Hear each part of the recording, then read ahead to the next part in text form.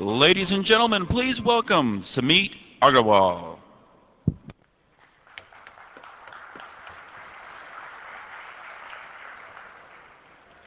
Hey, welcome to Oracle 101. Just checking. 8:30 in the morning. I am not sure everyone is awake yet. So let's do this again. Welcome to WinDNA 2000 Day 3. My name is Sameet Agarwal, and I'm going to talk about some of the changes we made in the SQL Server storage engine for SQL Server 2000, which makes it such a great platform to build apps.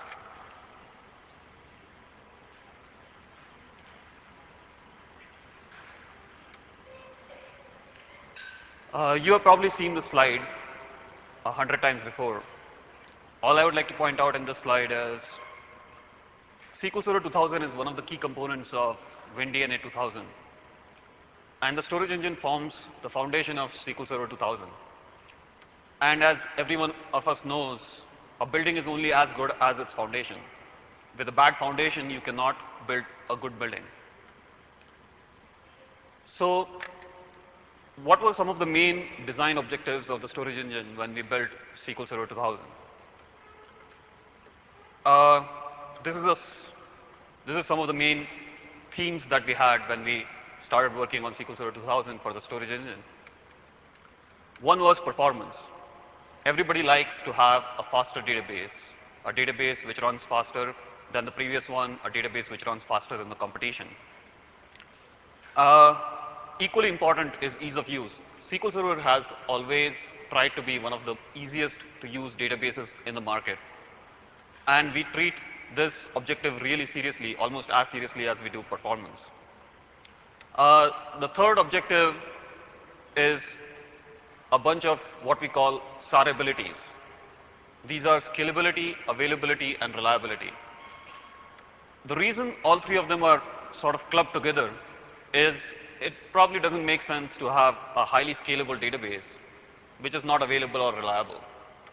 Sure, I can run my business on a single box and it would work fine, but of course, if the box is not available, my entire database is down and my business is not running. Similarly, if the database is reliable and available, but it cannot handle the load that I want to put on the database, then it's no use. So scalability, availability, and reliability sort of all go hand in hand. And you have to have all three to be able to run your business on a database. This slide basically talks about what the storage engine philosophy is, what we use to decide what to build, what not to build, how to build it. When we started working on SQL Server 7.0, one of the key decisions we made was that the storage engine will only provide flexible and efficient mechanisms which the query processor and the language component can exploit. A good thing that this results in is the fact that the query processor and the language component, which change from release to release, can use the storage engine as Lego blocks. They can basically put them in whatever way they want and make different features very quickly. This is very key to our ability to be able to innovate rapidly in subsequent releases and be able to add features quickly as compared to the other databases that are out there in the market. As I mentioned, the storage engine is the foundation for SQL Server 2000. So we emphasize quality over everything else. So if you see, the key attributes are quality, lot more quality, and maybe performance.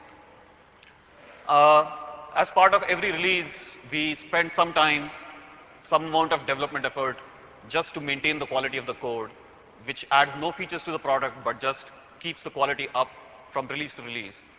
Code has a tendency to deteriorate over time and becomes less reliable if no effort is being maintained to keep the quality of code up, and we are trying to avoid that. This is a bit of history about SQL Server storage engine and the product in general. In some sense, SQL Server 7.0 was a version 1 release. We don't like to call it that, but SQL Server 7.0 was a almost complete rewrite of the previous release. Part of the goal of SQL Server 7.0 was to build an architecture which we can build on for the next few releases, add new features, be able to become competitive with the rest of the industry. So a bunch of us got together. In the SQL Server storage engine itself, there are people who have worked on 15 different storage engines in and around the company and outside. We got together, discussed, and found out what was the best techniques that were available currently to build a reliable storage engine. And we laid the groundwork for an architecture which will let us do that over the course of the next 2 or 3 releases. Because part of the design of SQL Server 7.0 was not limited to 7.0 itself, but SQL Server 2000, the next release, which is Yukon, and even the release beyond that, the architecture is already designed to have the hooks in place to build some of the features that we added in this release and we are going to add in subsequent releases. This allows us to add features a lot more at a much faster pace than we would have been able to if the architecture was not in place. So what are the key features of SQL Server 2000? Let's start with performance. This is the thing which gets everybody so excited.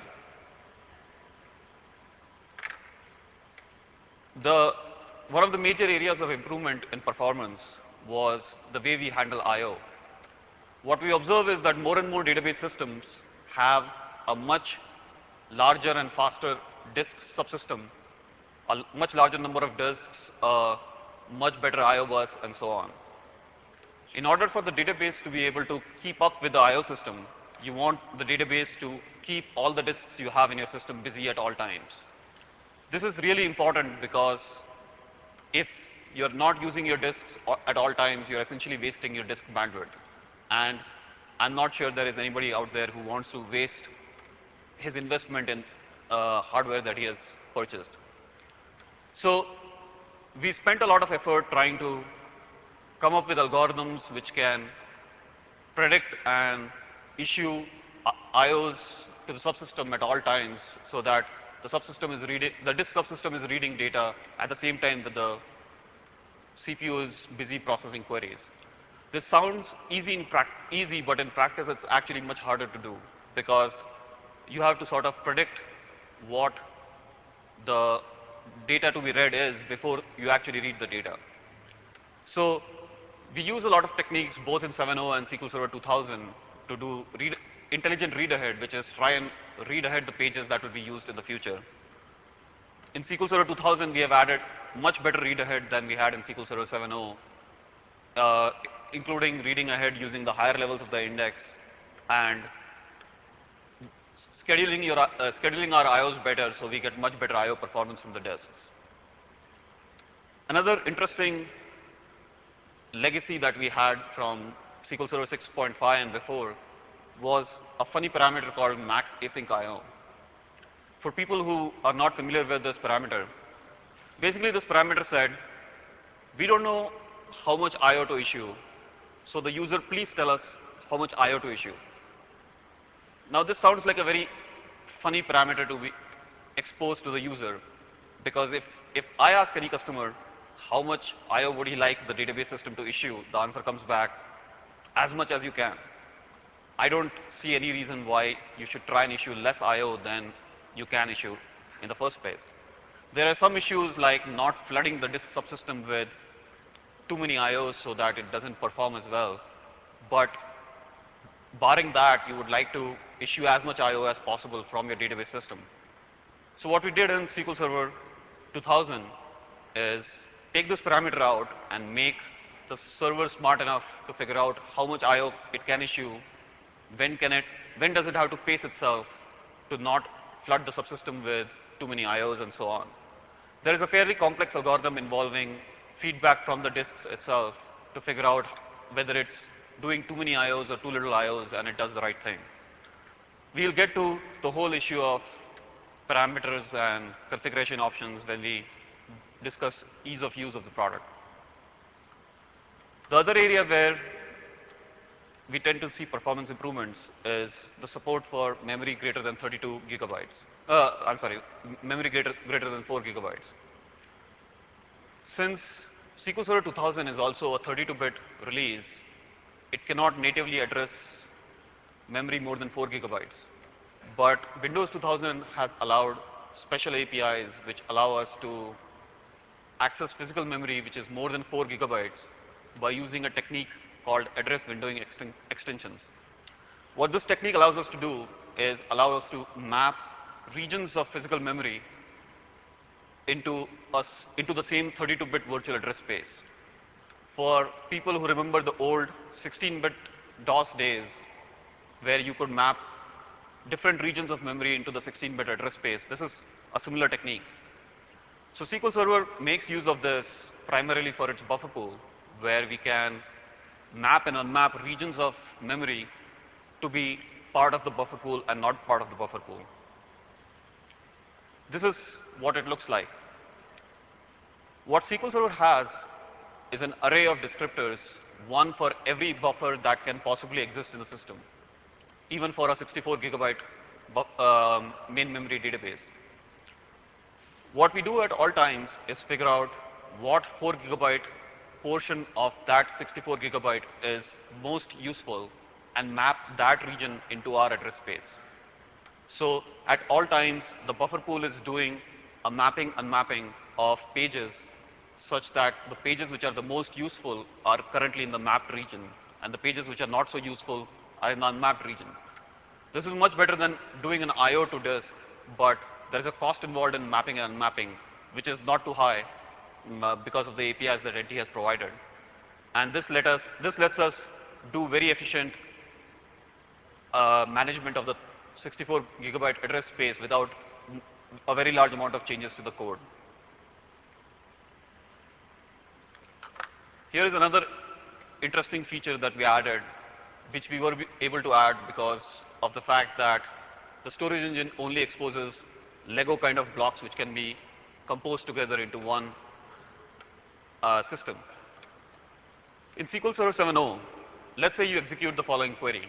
Give me the 5 orders which have the highest order ID, or like the 5 people who have the largest salary. The only way to execute this query in SQL Server 7.0 was to sort all the records in the table and then take the first 5. Now, of course, this is much less efficient than just keeping track of the 5 highest paid employees or the 5 order IDs which have the largest value. So in SQL Server 2000, we added a top N engine. What the top N engine does is it looks like a sort. So to the QP, it's just another block like a sort is. But you feed in all the rows of a table, and what you get as an output is the number of rows, the top N number of rows that you asked for. So for example, if you asked for top 5, it will only give you the first 5 rows of the entire table, and the rest of them are thrown away. Given the fact that it has to only keep track of the top N, it can do a much better job than what a full sort would do. So this can really speed up the top N queries where N is really small, like 5 or 10 or 100. Ease of use. This is another area where SQL Server has a large amount of focus, and the storage engine is also very involved in improving this part of the product. When I talk to customers, I get a lot of customers either complaining or not happy about the fact that SQL Server is simple to use. Part of the reason is a lot of people believe that if a product is simple to use, it cannot be very good.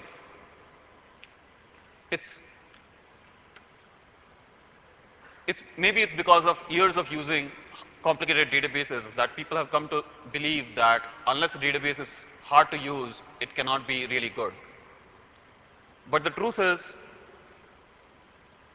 SQL Server may be simple to use, but it's not simplistic in the way it's implemented. It uses really advanced techniques to try and figure out things automatically, which normally would be exposed to users as configuration options or tuning parameters. And it tries to do a much better job of doing that than exposing to the user. This has been sort of a philosophy of SQL Server right from SQL Server 7.0 onwards. We still expose certain parameters which we believe are ways for the administrator to control SQL Server behavior, but we do not expose internal details in some sense, which are basically a way for us to not have to do a good job of implementing stuff. As an example, let's assume that there is a configuration value, and through some magic, we knew that the best way to set this configuration value was the way it's shown in the graph. So on the x-axis you have time, and on the y-axis you have the best configuration value possible. In a normal database system, what you would do is you would set this value to one particular value. Now there is no real good way of setting that value, and what you would do is you would pick a value which is not too high or too low, somewhere an average value. As a result, you are not essentially running the database system at its optimal configuration. What you are running it at is at an average. You could probably pay someone and he will come and look at your system and come up with a better idea, which is set two different values, one high and one low. And so what you do is, when your workload changes from the high value to the low value, you also change the configuration value from the high value to the low value. Now clearly you are doing slightly better than what you were doing before, but it's still not as good as you would like it to be. Now imagine an algorithm in SQL Server which tries to track what the optimal value would be. And let's say it doesn't do too good a job, and it has like a 10% error in tracking the configuration value. It would probably still be fairly close to the blue line. So the green line, which is what SQL Server thinks the value is not the optimal value, but very close to the optimal value. Clearly you can see in this case, SQL Server is doing a much better job of managing the configuration value than you could even if you were changing the value depending on your workload. A similar thing happened with cars, and this is something that I only heard about. I've never actually seen this. Cars used to have this funny knob called an ignition timer. And basically, there were these mechanics who could set the ignition timer to decide when the engine would produce a spark to produce the combustion. Of course, there were better service mechanics and there were poor service mechanics, the ones who could do a really good job of this and ones who did an average job of it. And depending on how you set this value, you got better performance from your engine or worse performance from your engine. And this is sort of the approach database systems use, Oracle or SQL Server 6.5 or before, or in fact most current databases use this approach for setting configuration values, which is let the user decide what value he wants to pick for this particular configuration value, and he can, by trial and error, decide what the best value is. A few years later, the car manufacturers realized that there is a simple way they can solve this problem. It's called feedback. Now, most of us know about feedback in some form or another in our daily life.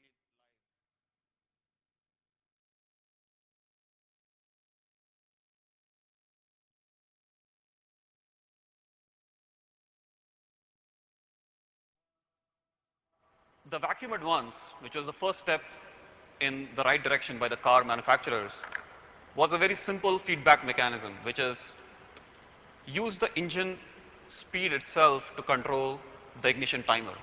So if the engine runs faster, the vacuum advance would change the ignition timer to ignite faster, and if the engine is running slower, it would go slower. This is not as good as it can be, but it's still much better than what the single value for the ignition timer that can be set was before. This is sort of what SQL Server 7.0 does for most of its configuration values, and SQL Server 2000 still does for some of them. Ideally, what we would like to do in the long term is go to the full feedback loop mechanism, which is take all the parameters which affect your system performance, feed them back into the system, and based on how the system is doing, set the configuration values. And if your configuration values make the system run slower, then feed it back and change the thing back to the right value. So if you keep doing this fast enough, your configuration values tend to stay very close to the best performance you can get out of the system. Right now, if you look at cars have a microprocessor which monitors a whole bunch of system parameters like engine temperature, the response of the engine, and all kinds of things to figure out exactly how to set the ignition timer. And there is almost no mechanic out there who believes that he can do a better job of setting the ignition timer than that thing does. So in SQL Server 2000, we started this process in SQL Server 7.0, and in SQL Server 2000, we have got rid of almost all the extraneous parameters that we had, which we believed we can do a better job of setting them than any user would. We have still left some configuration options which let you control the system behavior, like the amount of memory the SQL Server process will use or the number of CPUs SQL Server is running in. But strange parameters like the size of the lock hash table or the number of open objects you would like to have, all of those parameters have been removed and become dynamic, and they're managed along with memory. The other thing we did with SQL Server 2000 is we studied all the people who are using SQL Server. We took a bunch of sites which were using SQL Server 7.0 in production and tried to find out what the number one reason why they restart SQL Server is.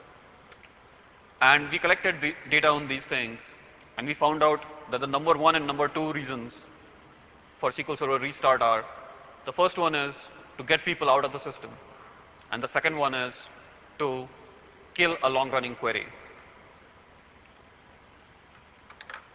So let's say you have a database and you want to do some administrative task on the database. And so you want to get everybody out of the database. For example, you want to upgrade your application version, and you want to be the only one using the database at the time you're upgrading. In SQL Server 7.0, there was no way to get people out of the database.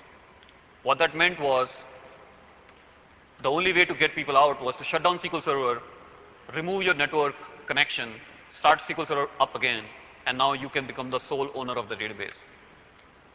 This is fairly painful and it means that your entire server is unavailable while you are doing this operation.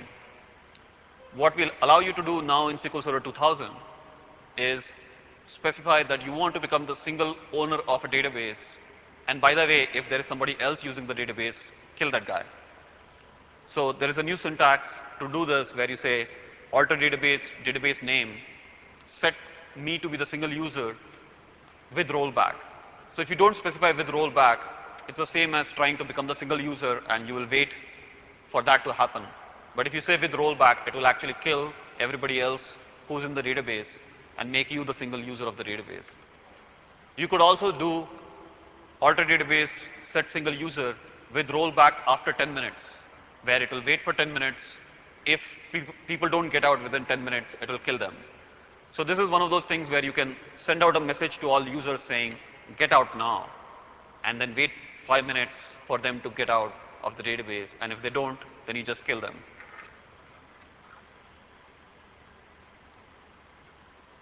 The other one is another fairly interesting problem that SQL Server users normally face. Let's say you are running a production system, and some user or some administrator or someone by mistake ran a query which deletes all rows from a million row table. Fairly common to do. You type in a delete query and you forget to specify the exact row you want to delete. So the system goes along, starts deleting the rows in the table.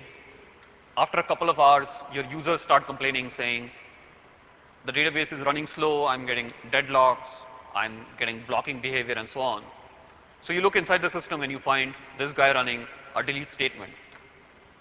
The most common approach at that point is to kill the guy who's running the delete. As soon as you kill the guy who's running the delete, the transaction which is doing the delete will start rolling back. So let's say the guy did the delete for 2 hours. It will take another 2 hours for the transaction to roll back before you can use the database again. But most users panic at this point and think the best option at this point is to shut down SQL Server and start it up again.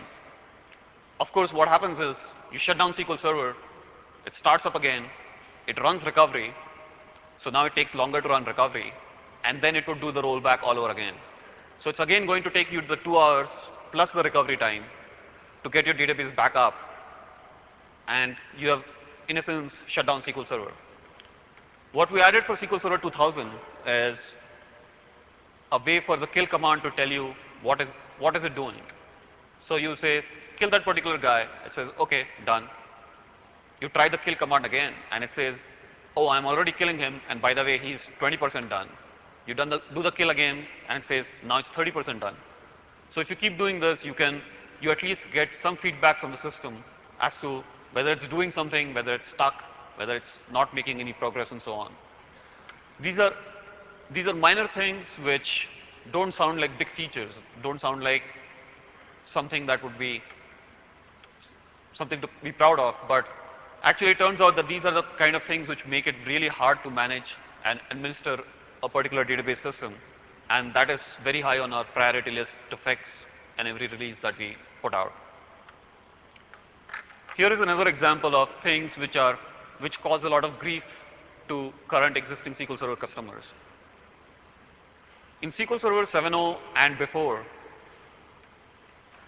deciding whether to do an operation logged or non-logged was a mixture of database options and options on the SQL statement and so on. So for example, I could run a SQL statement called select into, which was not logged. And what would happen if I ran a select into is I could no longer take a transaction log backup. So a database administrator who had set up a system to do log shipping or do backups of log every 5 minutes would suddenly find that his log backup failed because some user ran a select into. On the other hand, if the database administrator explicitly disallowed the select into statement, then users running applications which generated select into statements would fail. So there was a conflict between users who wanted to run statements and database administrators who wanted to control the media recovery behavior of their database. So what we did in SQL Server 2000 was split the two roles and made it entirely an administrator's choice as to how he controls the media recovery aspect of his database. So in SQL Server 2000, what we have now is what are called recovery modes. You can choose between a simple recovery model, a bulk logged recovery model, a normal recovery model, and everything works in all recovery models.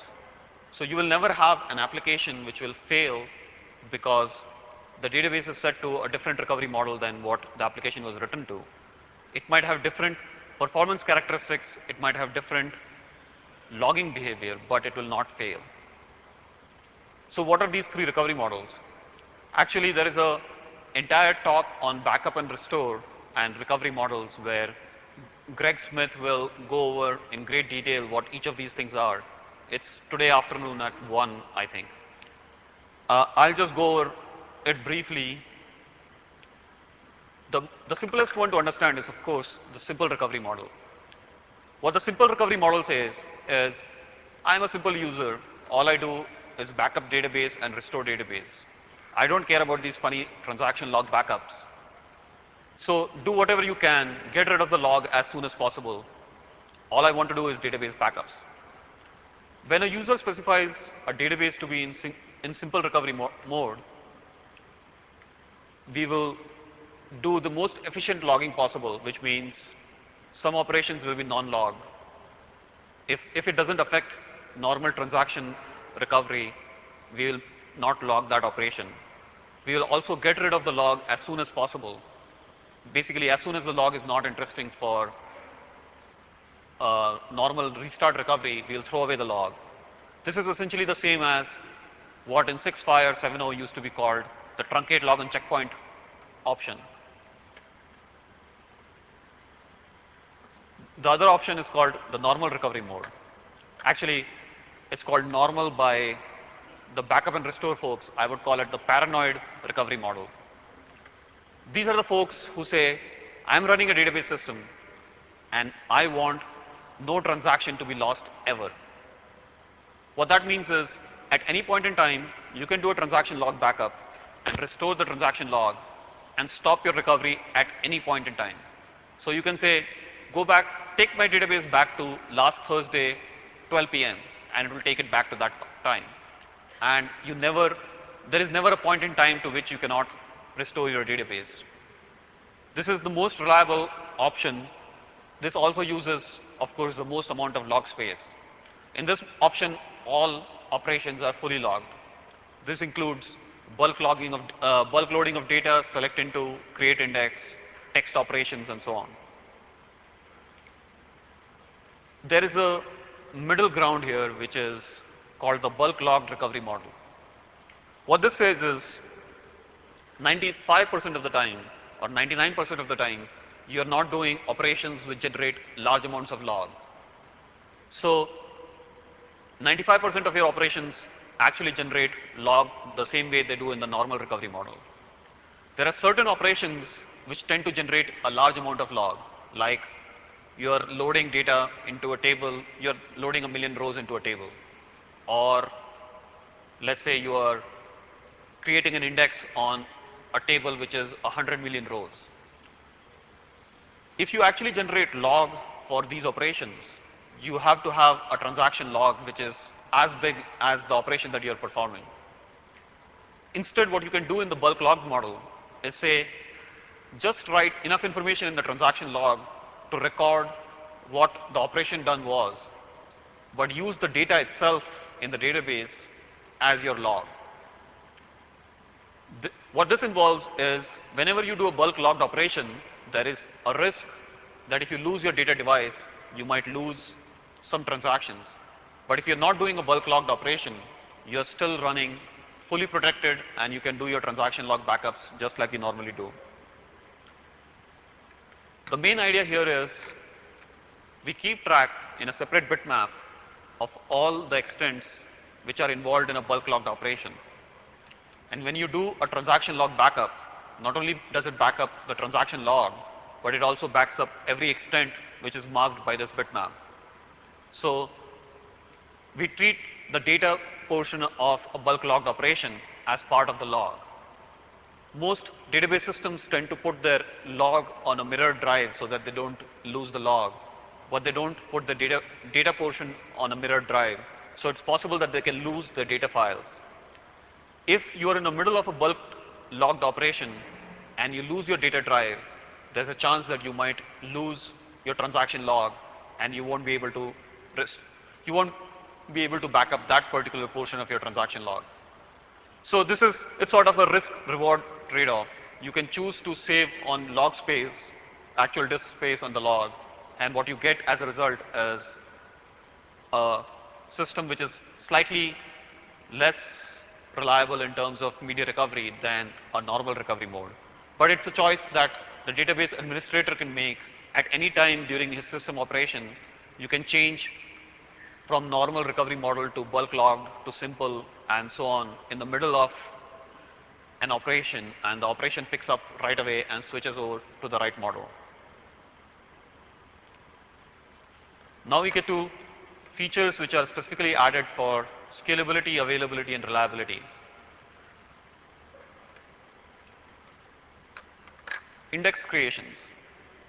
In SQL Server 7.0, what we observed is, as you get to larger and larger databases, a lot of operations in SQL Server would scale to that size of database.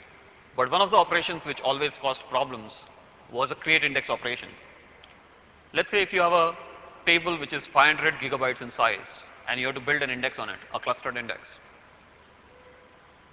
No matter how many CPUs you have on your machine, in SQL Server 7.0, the rate at which the index would be built is determined by the fact that index creation would run only on one CPU. So if it takes 8 hours to build that index on one CPU, it will take 8 hours to build that index, no matter how big a machine you buy. The whole idea in SQL Server 2000 with index creation is, the bigger the machine on which you're building an index, the faster it goes. So we make use of the fact that we have a query processor which is already designed to do parallel queries, and we use the same technology to do index creations in parallel. The basic idea is you take the entire table and you split it up into ranges. So let's say you have a table with names in it, and you split it up as A to H goes to one CPU, I to R goes to another CPU, and S to Z goes to another CPU. So you take one of the parallel scan providers that we already have for parallel queries in SQL Server 7.0 and 2000, use that to split off the table into three parts. Now each of these three parts can run completely independently of the other two. And what they will do is they will build a B tree. A B tree which just contains the records for the range that they are scanning. So for example, the first one will only contain records which have A to H in them. The second one contains I to R, and the third one contains S to Z. Up to this point, there is no synchronization involved in any of the threads. They are all running as fast as the system allows it to run. At the end of this whole operation, they all sync back up, and then they stitch the trees together. There is no better way to describe it than you take the trees and their edges and you essentially stitch them. And what you end up with is one big B tree, but the stitching operation itself is very quick, which means 99% or more of your index creation is running in parallel and utilizing as many CPUs in your system as you have. And the small part at the end which involves stitching the indexes together is the only thing which requires synchronization between the CPUs. We have tried this on really large indexes that we use for our benchmarks, like the TPCH benchmark, and we have seen up to 6 times speed up on an index create, which used to take like 4 hours, now takes close to 30 minutes. Another big aspect of scalability, when people talk about scaling to large sizes, they talk about whether the system will be able to perform in those areas or not. But a critical part of scalability is how are you going to back up and restore your database. If you have a database which is 3 terabytes in size, it's very unlikely that you are going to be able to back it up in a reasonable amount of time, in like your downtime between 2 to 6 at night or something like that. So you have to go to schemes which involve faster backups or more granular backups so that you can do this backup and restore process on really large databases. So we added a whole bunch of backup restore features. I'll just briefly cover them because we have 2 sessions in the afternoon talking about backup and restore and very large databases. One of the coolest features I find about backup in this release is the fast differential backup. If you look at a large number of websites or database applications which have really large databases, it's not actually the case that a large fraction of the database changes. Most of the database is read-only, and a small fraction of it changes. What we added in SQL Server 7.0 was a way to back up only the portion of the database which changed since the last time you did a full database backup. What this allows you to do is do a full database backup, let's say once a week, and then every night just back up the changes made since the last full database backup. Unfortunately, in SQL Server 7.0, the time it takes to do a differential backup is still almost the same as the time it takes to do a full database backup. The backup size is much smaller because it backs up only the changes, but it still reads every page in the database to figure out whether it has been changed since the last backup or not. For a 3 terabyte database, basically this hasn't solved any problems because it will still take you too long to do a differential backup. What we do in SQL Server 2000 is we keep an explicit bitmap of every extent which has changed since the last database backup. So now, if only 10 gigabytes of your database out of the 2 terabytes that you have has changed since the last backup, you can run a differential backup and it will only read the data that has changed since the last database backup. So the way it works is backup first goes to this bitmap in disk order, reading each and every extent which has been marked as changed, and then it figures out whether it has actually been changed or not and backs it up. This can lead to like substantial improvements in the time it takes to do a database backup, a differential database backup, and it might now be possible to do a differential backup every night on a 2 terabyte database if most of your database is read-only. Another common technique in SQL Server 7.0 of maintaining high availability was what was known as a log shipping server. What you do is you have a primary database, which is what users run against. You back up the database, restore it on another machine, and then continuously back up log and apply it to the other machine. So the other machine is sort of in sync with this machine through the process of log backup and log restore. Occasionally, there are cases where users would like to switch over from using the primary machine to the secondary machine. On a failure, the primary automatically switches to the secondary machine, but there are cases where people want to do a planned failover. They say, stop using the primary and start using the secondary.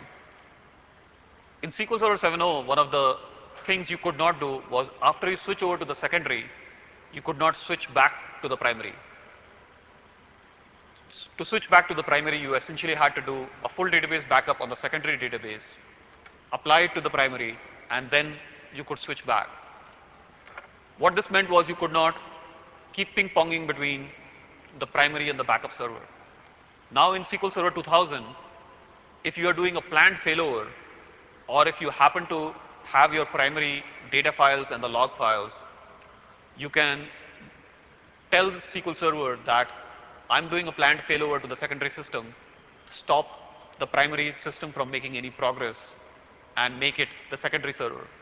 So the primary at that point becomes a secondary server, and the secondary becomes the primary, and you can continue work on the secondary server and applying logs back to the primary. So the roles essentially switch, and at any point you can do the same process in reverse, and you're back to your primary being primary and secondary being secondary.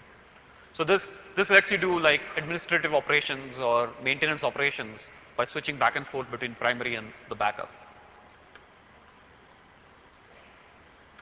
We also work with some of the hardware vendors to provide a scheme for doing really fast database backups. The whole idea is you have these mirrored disks which keep a dual copy of everything you write to that disk. At any point in time, you can then choose to say, split the mirror, and now the two sets of disks contain identical data, and you have an identical snapshot of your database. So these hardware vendors actually work with SQL Server to ensure that the split process does not cause any errors and creates a snapshot of the database. In SQL Server 7.0, you could do this, but the snapshot was not a database backup. So you could not use this process to create a standby database, a secondary warm standby database. So the only thing that you could use this process for in SQL Server 7.0 was create a snapshot of the database that you can give it off to someone else. But in SQL Server 2000, we have added support so that hardware vendors can create the snapshot and make it look like a database backup. So this is a way you can get database backup, which is almost instantaneous. You split the mirror and you have a database backup, and you're back to, and now you can use this database backup to create a warm standby system, a log shipping system, and you're good to go.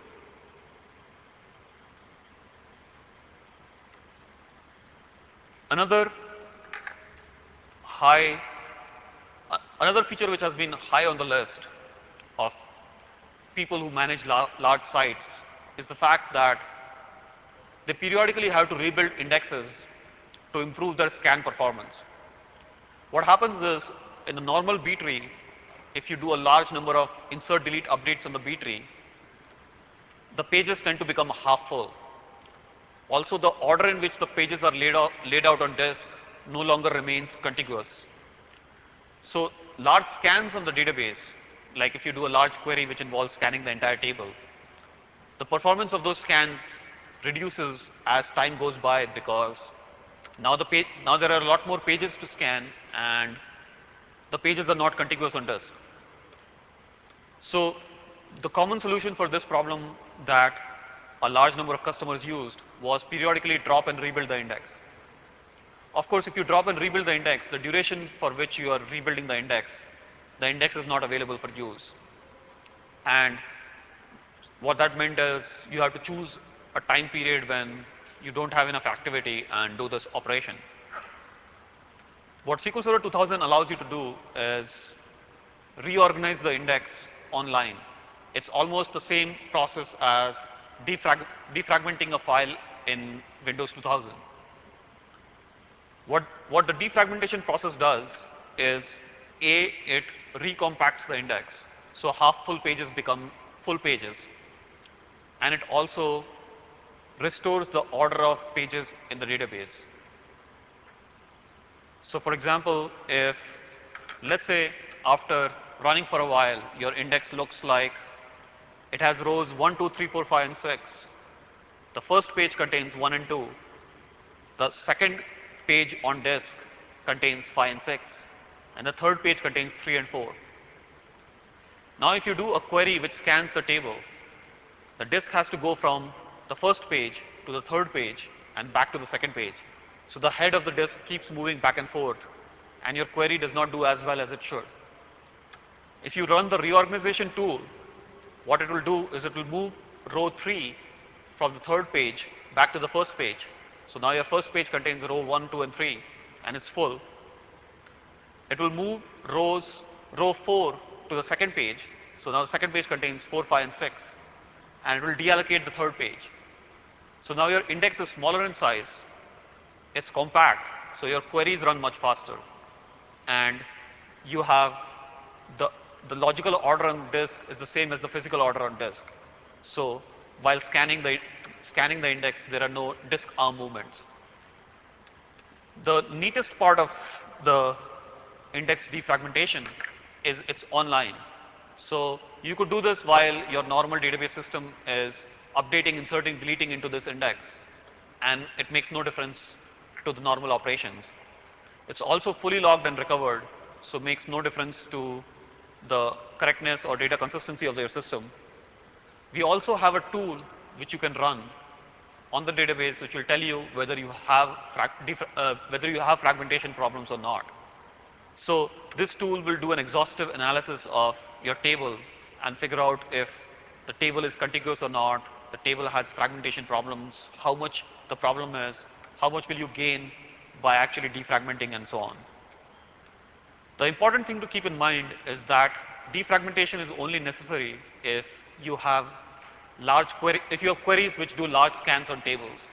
For an OLTP kind of system, the indexes are always kept balanced, and so defragmentation is not actually necessary for systems which don't have reporting or large queries running on the same system as their OLTP system.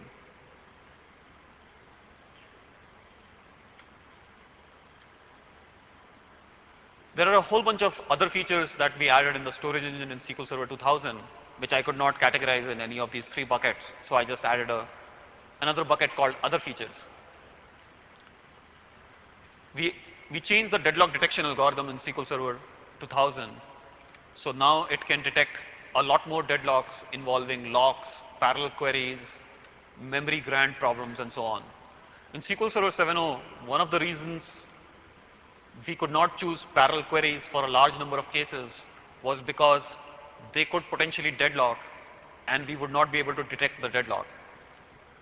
So although these cases don't really occur in practice very often, there is still a small chance that it would happen, and we could not take that risk.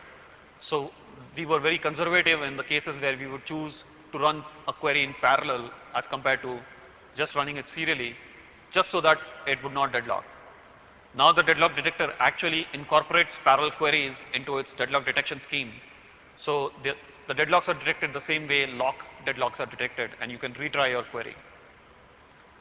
We also had a few cases where we were locking more rows than necessary for the scans, which were causing deadlocks for some common applications. So we fixed those. So now those should not be a problem. We added an exclusive lock hint, which says lock whatever you lock, lock in exclusive mode. There were there was no way to specify exclusive locks in SQL Server 7.0 without explicitly specifying a page or a table level granularity. Now you can let the lock manager pick the right granularity based on its locking strategy, but still require that the mode of the lock be exclusive. This is application locks is one of the features we added for customers who we found were trying to do this on their own in a large number of applications.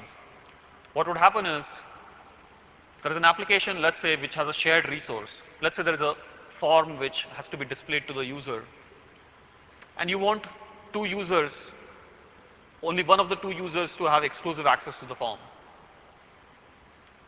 Now, instead of writing their own lock manager, most applications would create a fake table, insert a row into that table, and then have another, that row would correspond to the form, and then another user would try to wait on that row. The problem with this was it led to a whole bunch of temporary tables being created and was much more inefficient than what they could have done if they had a lock manager of their own.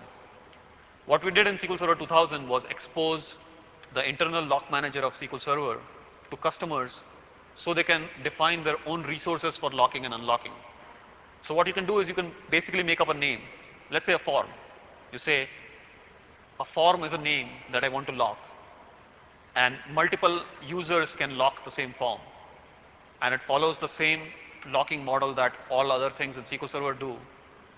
And you don't have to try to simulate locking using temp tables or rows and temp tables and so on. Another feature we added was to support in-row text.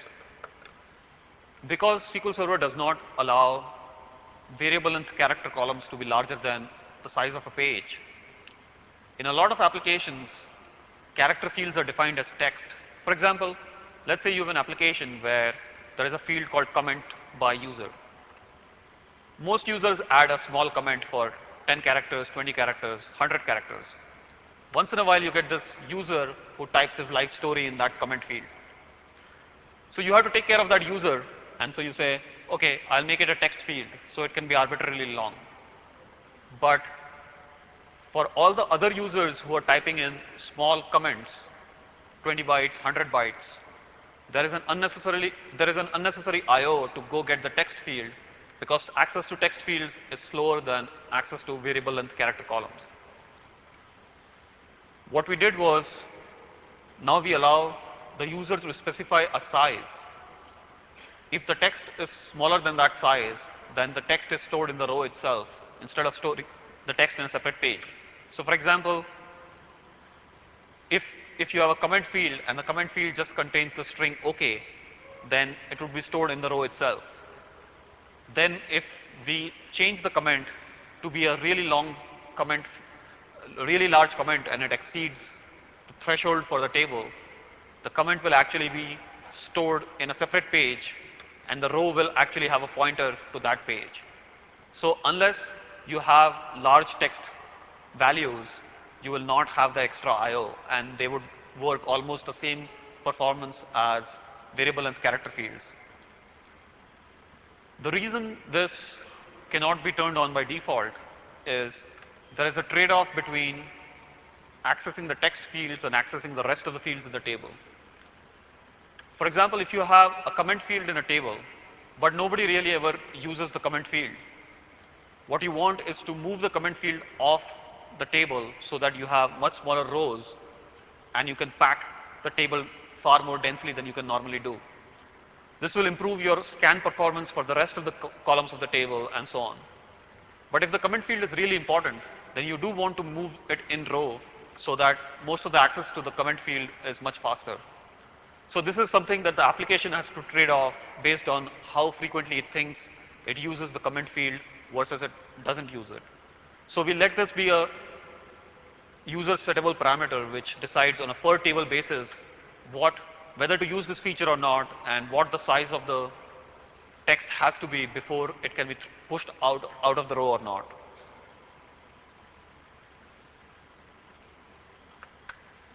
Another interesting optimization we did for SQL Server, which is transparent to the application, is in a lot of cases you have a complicated select expression which basically filters rows from a table. So you say select star from this table where a really complicated expression. And normally in SQL Server 7.0, the way this would evaluate is the storage engine will pull a row off the table, give it to the QP would evaluate the expression and say matches or not matches and throw it out. What this would mean is there is a whole bunch of switches between the QP and the storage engine to evaluate the expression. And if the expression selects 2 rows, you've essentially done the switch a lot of times for those 2 rows. What we allow the QP to do in SQL Server 2000 is it can create an abstract expression and push it down into the storage engine. And the storage engine will, on a per row basis, evaluate the expression and throw it out. This avoids a whole bunch of context switches and copying of data and reduces the code path for evaluating expressions. So you get much faster query performance for expressions involving filters with complicated expressions. Logical log marks. The afternoon session on backup and restore will talk a lot more about these log marks. The log marks, SQL Server 7.0 had a feature called restoring to a point in time. You could say restore my database to Sunday 12 p.m. and it will restore to 12 p.m. However, how do we figure out what time to restore the database to? For example, let's say a user drops a table which he wasn't supposed to drop and you want to try and undo that operation. So you want to take the database back to the point in time where the drop happened and stop there. Now, trying to figure out what the exact time was at which the drop happened is fairly difficult. And one of the options is you can try doing a binary search till you come to the point where the table exists exactly. But it's fairly time consuming and a painful process. So what we allow users to do now is add a friendly name into the log which says this is the name I want to refer to this point in time. So later on you can say restore my database to that name that I gave you before. So very good application of this would be if you have a large batch operation that you run periodically in your database. For example, let's say you have a cleanup operation that you run at the end of every quarter, which deletes half your database. It's a very important operation, but it's a very risky operation. Let's say somebody ran it in the middle of a quarter and you have lost half your database. The best thing to do in this case would be to add a name to the transaction which does the delete of half the database. Now, if someone accidentally runs that transaction, you can go back and say restore to before the time this transaction was run. And that will undo everything else. That will undo everything this transaction did and keep the rest of the data alone. So this is a useful thing to add to long running batch processes or things which are risky operations that you want to be able to undo just in case they go wrong. There are other miscellaneous features that we added, like now you can create indexes which are both ascending and descending on a per column basis. So there were cases in SQL Server 7.0 where the queries could not use an index because they were trying to traverse it in the wrong direction. Now you can actually tune your index to have the ascending and descending properties exactly match your queries. The second one, for people who have actually tried SQL Server 7.0, is good news. For the rest of them, it's just there is a log shrink feature. For people who have used SQL Server 7.0, they will know that shrink log exists in 7.0, but not many people have had success trying to actually shrink the log. So now the log actually shrinks. Thank you. We also had a case in SQL Server 7.0 where if you lose the primary data file, you cannot back up your log. So your primary data file had to be mirrored along with your log. This is one of those things which got missed out in the initial design, and people are just beginning to realize that they have to also mirror their primary data file. What we did in SQL Server SQL Server 2000 is remove this restriction. So now you can back up the log even if you lose all your data files. So the only thing you have to treat specially is your log, not your data files. I guess that's it. Any questions?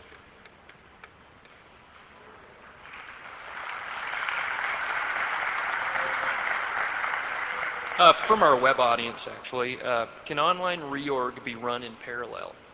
I'm sorry? Can online reorg be run in parallel? The question is, can online reorganization of the index be done in parallel? Actually, online reorganization of the index is not a big operation. It doesn't start a transaction and reorganize the whole index at the same time. What it tries to do is it tries to reorganize a small portion of the index at a time. So it tries to be the to be as less intrusive as possible to the database. It actually doesn't run in parallel because the unit of things that it does is very small. But of course, you can reorganize multiple indexes at the same time, and they will happen on different CPUs. Okay. Yeah. In the differential backup, what you said, when you back up a database on a particular day, let's assume it's Sunday, and when you do a differential backup on Monday, it compares to the backup of Sunday. What it does when you do it on Tuesday? The question is, does a differential backup back up the data which has been changed since the last database backup, or does it back up the changes since the last differential backup? Is that right? Yes. The differential backup actually backs up data since the last full database backup, not the differential one. The reason is so that when you restore the database, you only have to do two steps: restore the database and restore the differential backup. One more question. In the mirror splitting, as the version 7.0, I need to shut down SQL Server to do the mirror splitting. Is the same case in 2002? Actually, I think even in SQL Server 7.0, but definitely in SQL Server 2000, the mirror split does not require shutting down SQL Server. What happens is the mirror split provider talks to SQL Server and asks SQL Server to stop all writes to the disk for the duration that the mirror is being split. And once the mirror splits, then we resume writing to disk. But SQL Server continues to work for the entire duration that the mirror is being split, and you can continue to do things. The only thing that doesn't happen is it doesn't write things to disk. Thank you. This is also about the mirror splitting. Does it truncate the transaction log when you split the mirror? In SQL Server 2000, a split of a mirror is exactly identical to taking a database backup. And a database backup in SQL Server 7.0 and 2000 does not truncate the log. This allows you to basically go back to a previous database backup and apply log. So a mirror split will not truncate the log. Also, I wanted to ask about the online reorg. Can you do an offline reorg that might be faster? An offline reorg is essentially the same as an index rebuild. Okay. And you can basically just do an index rebuild. There is an option to re-index a particular table, which essentially drops and recreates the same index. And that's how you do it. And last question, when the 64-bit NT comes out, will they still be using that memory mapping scheme, or will it all be one contiguous? The question is, once 64-bit SQL Server is available, will the 64-bit version use the memory mapping scheme that I just described or not? SQL Server internally uses the memory mapping scheme for two purposes. One, it uses it for dynamically shrinking and growing the buffer pool. And the other thing, it uses it for accessing data beyond the 4 GB range. Once we have true 64-bit SQL Server, we will not actually use the mapping and unmapping for accessing data beyond the 4 GB range. All pointers internally in SQL Server will be 64-bit, and it will just work the same way as the 32-bit product works. We still use the mapping and unmapping for the buffer management. Okay, my question is for parallel index build.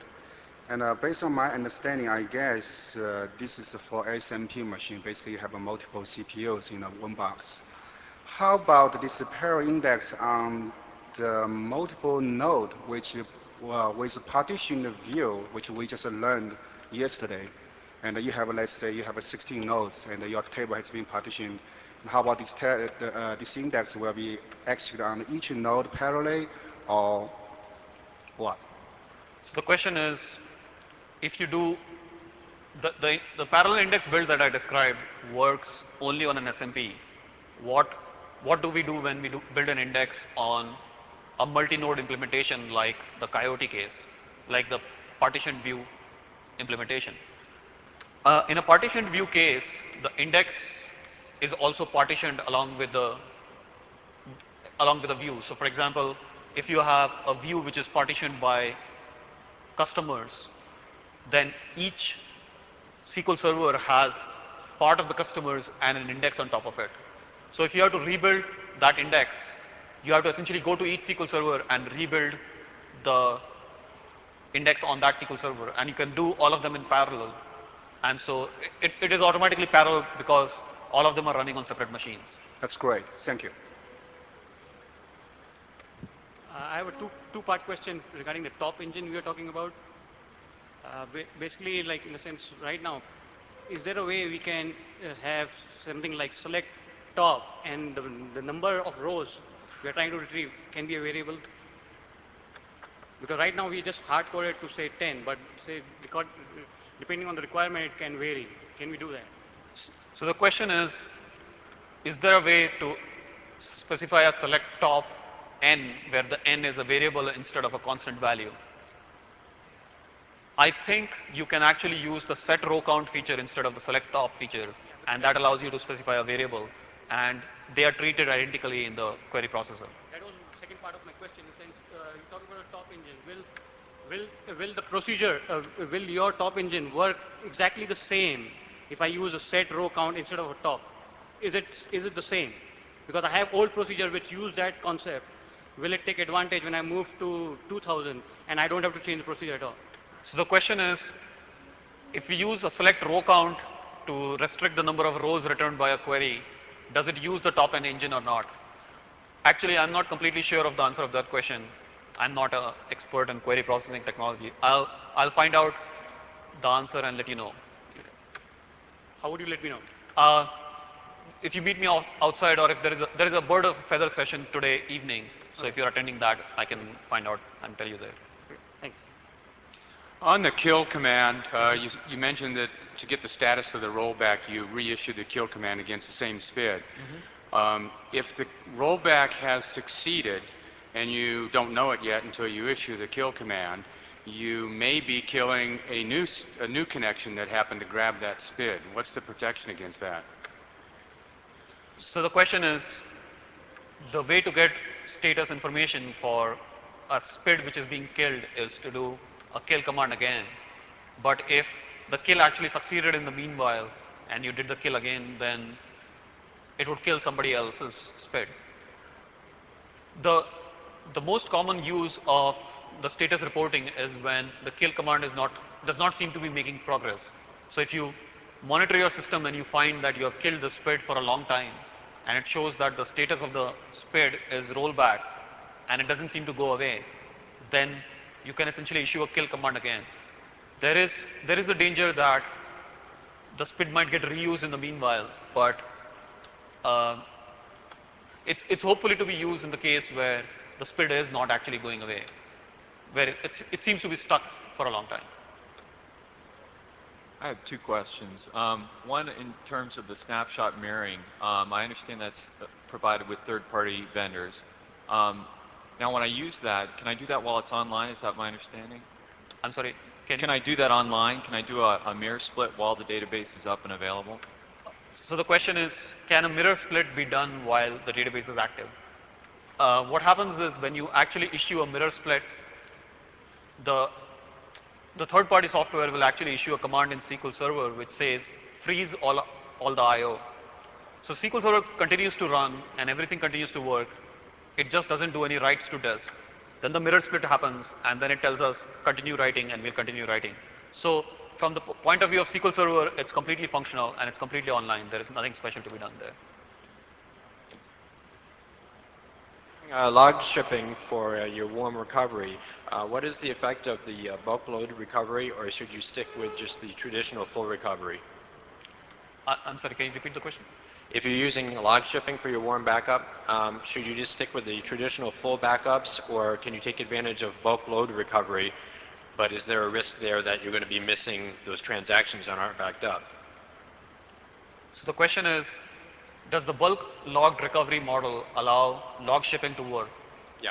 Part of the reason of adding the bulk logged recovery model is to allow people to have a log shipping database which continues to work through the bulk logged operations.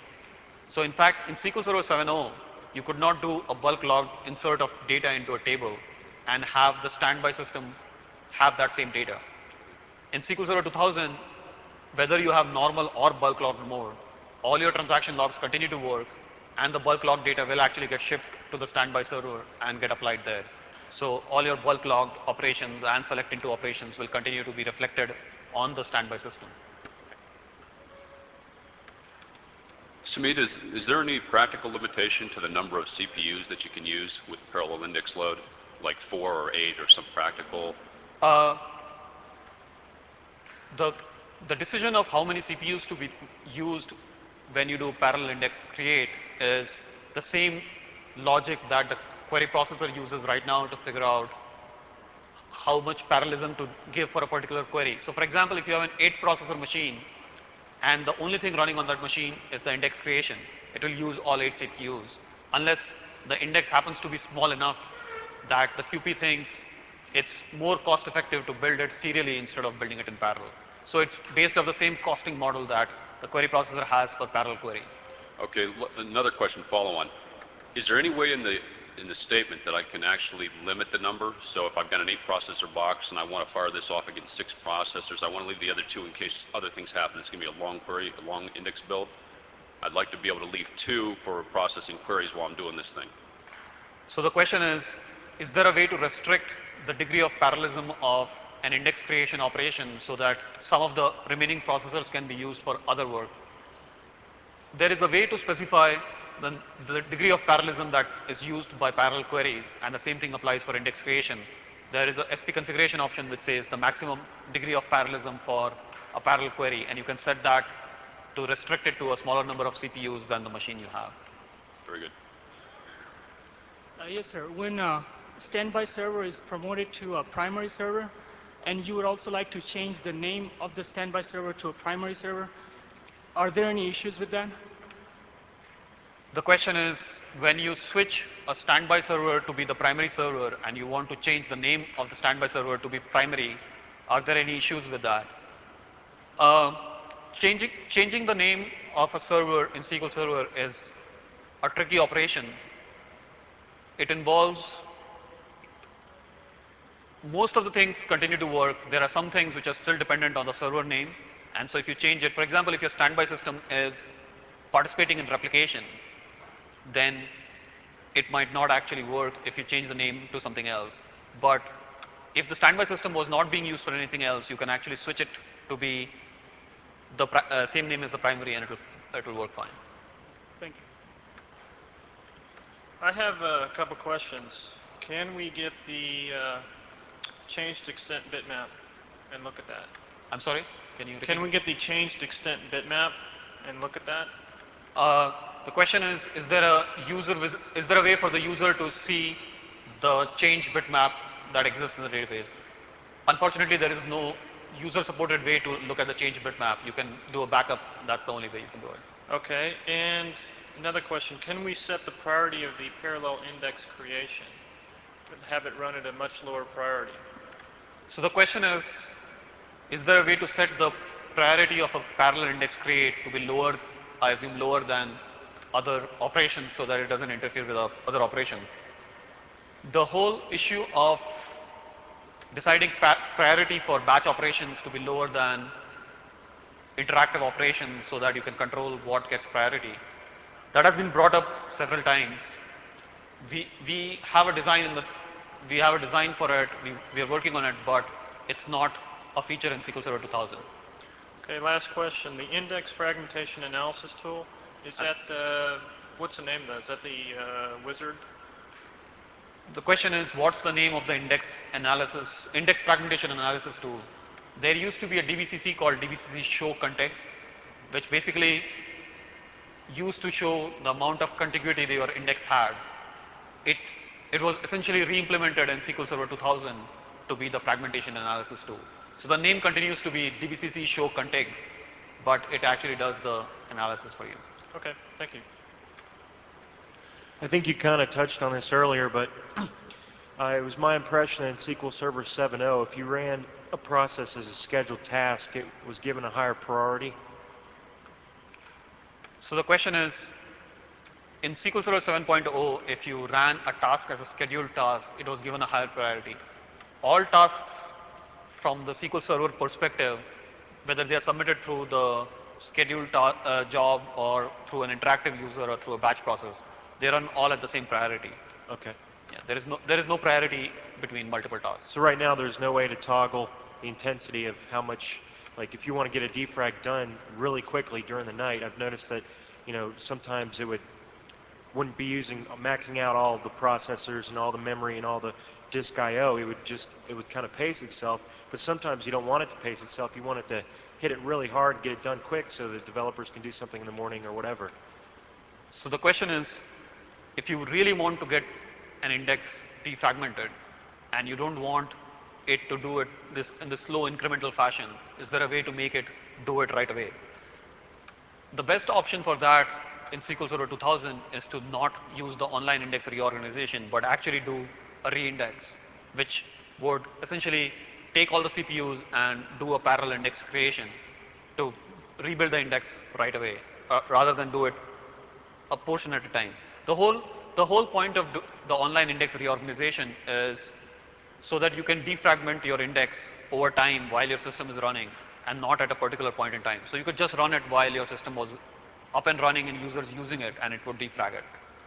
But also, like for other processes, maybe looping through a cursor and updating stuff, if you want that to run at a really high priority to fix something perhaps, can you?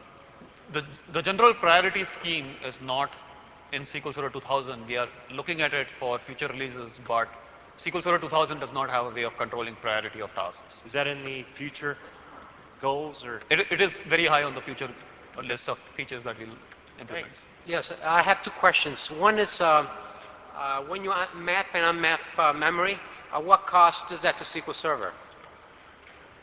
The question is, when you do mapping and unmapping of memory for supporting larger than 4 gigabytes of physical memory, what cost is it to SQL Server? The cost of mapping and unmapping a piece of memory is essentially there is a call to an NT API which switches the address tables in its internal structures. So the cost comes from the context switch, the switch to kernel mode. It also comes from the fact that you're now using a completely new page, so there are cache line issues. But other than that, it's almost the same cost as a page fault would be, but except the fact that it doesn't read it from disk. So it's a fairly cheap operation to map and unmap memory. Okay. The other question is defragmentation. What is the cost of doing that online during the day? So the question is, what's the cost of an online defragmentation today? I think there were some performance measurements done on that, and it's like a 5% overhead on a moderately loaded OLTP system if you run the online defragmentation tool. I see. Okay, thank you. Yeah. The question is about log shrinking. In SQL 7.0, the log file does not shrink until you wrap around, and you only shrink from the end. But here in 2000, you said that it shrinks immediately. So you shrink from the beginning or the middle of the file? So the question is, in SQL Server 7.0, the log does not shrink unless the tail of the log moves out of the end of the file. Do we actually shrink log files from the beginning or the middle in SQL Server 2000. The way SQL Server 7.0 had two things, two reasons why it could not shrink the log. One was it could not shrink the log if the tail was at the end of the log file. And the second thing was you had to wait till a backup or a truncate operation occurred before the log would shrink. What SQL Server 2000 does is it still has the same restriction, which is it will not shrink the file if the tail is at the end of the file. But what it does now is it actually moves the tail by filling up the end of the log. It moves the tail out of the end of the file and then shrinks it. So instead of relying on the user to generate log records to move the tail of the log, it does it itself and shrinks the file. Okay, thanks. Can you hear me? Okay. If you wouldn't mind explaining how the engine does the top 5. I didn't understand that point, how it returns the top 5 without sorting.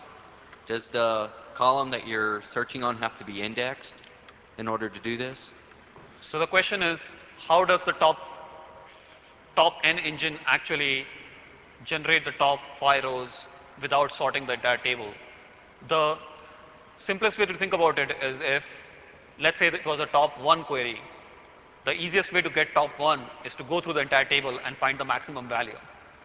Similarly, if you want to find the top 5, you just keep track of the 5 highest values you have seen so far, and every row you get, you compare against the 5 values and find out if they are in the top 5 or not. So you don't have to do an entire sort, you just have to do one pass over the entire table to get the top 5. Okay. There is a session today evening, and I'll be there, so if there are any more questions, I'll be happy to answer them there, or I'll be outside, so if anybody has any questions, I can answer them there. Thanks.